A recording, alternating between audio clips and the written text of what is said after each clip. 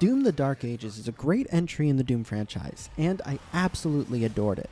In my review, I discuss how to move back to a horizontal focus and the shield mechanic made for some really awesome and chaotic fights that I always wanted more of. Sadly, in my pre-release copy, there was an error that stopped me from trying the game out on the Steam Deck, so I couldn't test how it would perform on the go.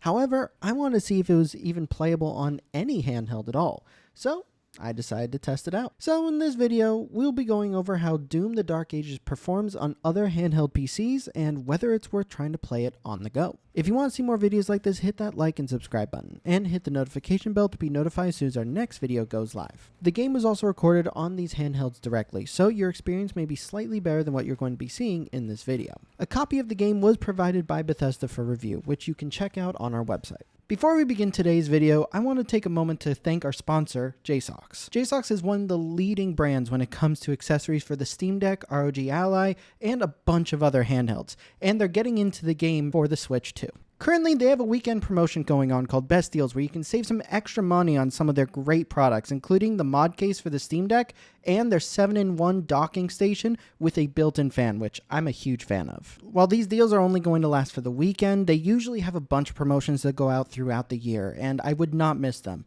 Ever since I got my Steam Deck, JSAUX has been the accessory maker that I turn to whenever I need something for my Steam Deck, my ROG Ally, or any other handhelds I have. Thank you so much to JSAUX for sponsoring this video, and now back to Doom: The Dark Ages. For this test, I wanted to focus on 3 different handhelds: the ROG Ally, the ROG Ally X, and the AYANEO 3.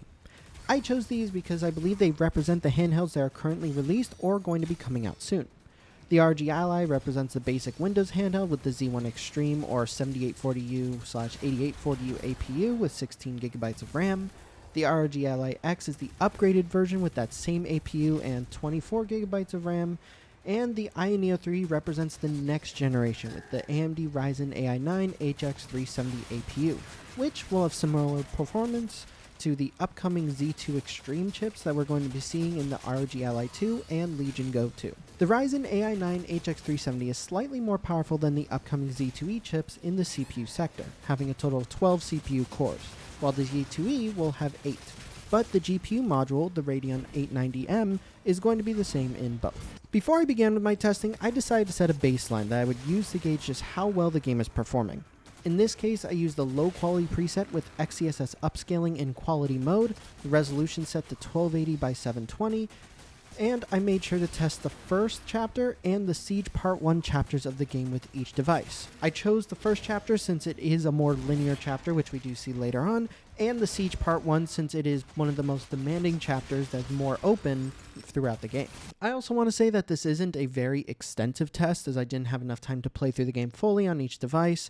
These are just educated impressions based on my experience through playing the game in similar conditions. First up, I wanted to start with the ROG Ally. This device represents any handhelds that have a Z1 Extreme, 7840U or 8840U APU, and 16GB of RAM. While there may be some specific performance differences depending on the device, especially if you can push more power into the handhelds, performance should be relatively the same. Playing through the first chapter of the game gave me a bit of hope initially, sticking above 30 FPS throughout the first chapter, but it teetered on the edge of dipping under. It was definitely playable, though this is a more linear chapter, and the real test came from the Siege Part 1, which is a much larger semi-open area. Once I got into the fighting, the frame rate dropped to 23-25 frames per second, and it made combat quite difficult. After the initial test, I decided to try the Siege Part 1 at XeSS on Ultra Performance mode to see if I could keep it to 30 frames per second, but unfortunately it didn't last. It hit higher frame rates in the opening areas where we were fighting groups of enemies, but as I continued to travel into the level, it did drop down to 26 frames per second as I got into more fights. With XeSS on Ultra Performance, it does make the game look much more blurry, and while it's still playable, it's not nice to look at. As I said before, if you have a device with a larger battery that can push more power to the APU, you might be getting a better result, but it will still have those fundamental issues to stop it from performing at 30 frames per second throughout the entire levels at the very least. After the ROG Ally, I proceeded to try the ROG Ally X, which I feel represents handhelds with the same chips as the Ally but with more RAM than 16GB. So this would cover any handheld that has the Z1E, 7840U, or 8840U APUs and has more than 16 gigabytes of RAM, which we see in models like the GPD Win 4 and some other older handhelds from AYANEO, GPD, and 1X. While I did have some worries initially, the performance was noticeably much better. In the first chapter, I was able to play through it comfortably in the mid-30s to the low 40s at the baseline performance test, and it started off strong heading into Siege Part 1. However, it did start to show some cracks. It would stick to the mid-30s for some of those fights where it would dip on the base ROG Ally, but there were others where the frame rate would drop to 28 to 29. While it did still drop, this is using the baseline, and it makes me more confident that the game is actually going to be playable on the Ally X with a little bit more compromise. With this in mind, I would say playing on XeSS upscaling set to balance their performance should make the game fully playable at 30 FPS. Still requires some compromise to the visuals, but it should be playable on this and other handhelds like it.